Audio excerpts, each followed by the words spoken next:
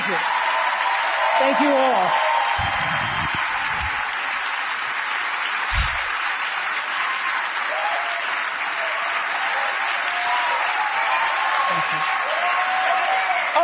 Okay.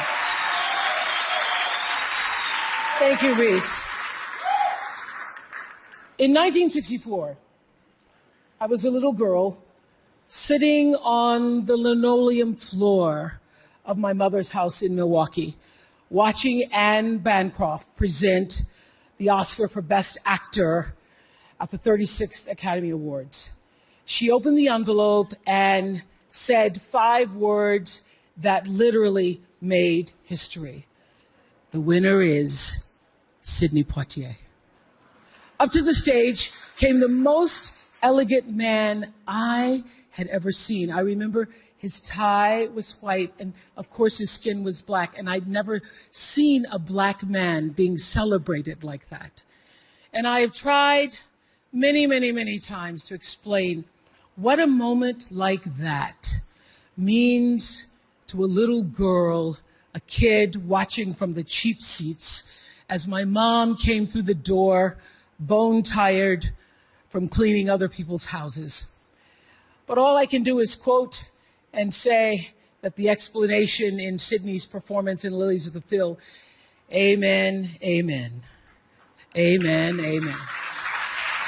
In 1982, Sidney received the Cecil B. DeMille Award right here at the Golden Globes, and it is not lost on me that at this moment, there are some little girls watching as I become the first black woman to be given the same award.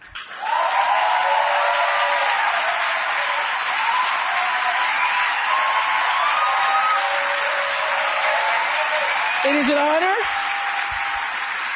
It is an honor, and it is a privilege to share the evening with all of them, and also with the incredible men and women who've inspired me, who've challenged me, who've sustained me, and made my journey to this stage possible. Dennis Swanson, who took a chance on me for AM Chicago.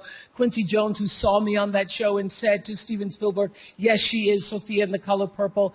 Gail, who's been the definition of what a friend is, and Stedman, who's been my rock, just a few to name. I'd like to thank the Hollywood Foreign Press Association, because we all know that the press is under siege these days. But we also know that it is the insatiable dedication to uncovering the absolute truth that keeps us from turning a blind eye to corruption and to injustice, to tyrants and victims and secrets and lies. I want to say that I value the press more than ever before as we try to navigate these complicated times, which brings me to this. What I know for sure is that speaking your truth is the most powerful tool we all have. And I'm especially proud and inspired by all the women who have felt strong enough and empowered enough to speak up and share their personal stories. Each of us in this room are celebrated because of the stories that we tell. And this year, we became the story. But it's not just a story affecting the entertainment industry. It's one that transcends any culture, geography, race, religion, politics, or workplace. So I want tonight to express gratitude to all the women who have endured years of abuse and assault because they, like my mother, had children to feed and bills to pay and dreams to pursue.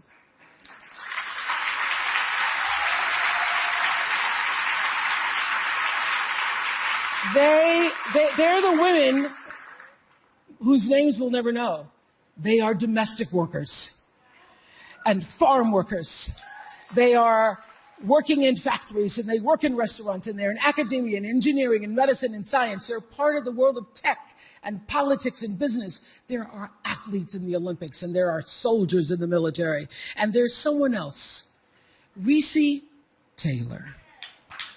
A name I know and I think you should know too. In 1944, Reese Taylor was a young wife and a mother. She was just walking home from a church service she'd attended in Abbeville, Alabama, when she was abducted by 6 armed white men, raped and left blindfolded by the side of the road, coming home from church. They threatened to kill her if she ever told anyone.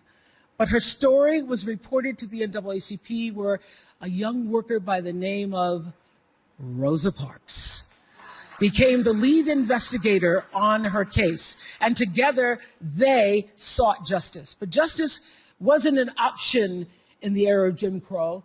The men who tried to destroy her were never persecuted. Reese Taylor died 10 days ago, just shy of her 98th birthday. She lived, as we all have lived, too many years in a culture broken by brutally powerful men. For too long, women have not been heard or believed if they dared to speak their truth to the power of those men. But their time is up.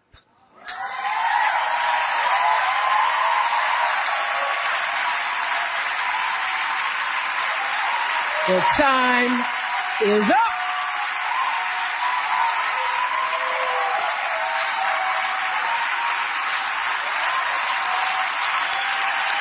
Their time is up. And I just hope that Reese Taylor died knowing that her truth, like the truth of so many other women who were tormented in those years, and even now tormented, goes marching on. It was somewhere in Rosa Parks' heart almost 11 years later when she made the decision to stay seated on that bus in Montgomery. And it's here with every woman who chooses to say, "Me too." And every man who chooses to listen.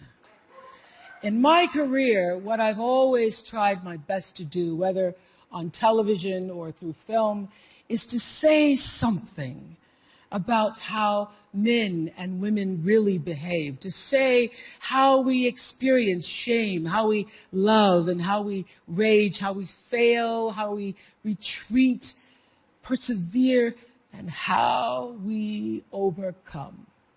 I've interviewed and portrayed people who've withstood some of the ugliest things life can throw at you, but the one quality all of them seem to share is an ability to maintain hope for a brighter morning, even during our darkest nights.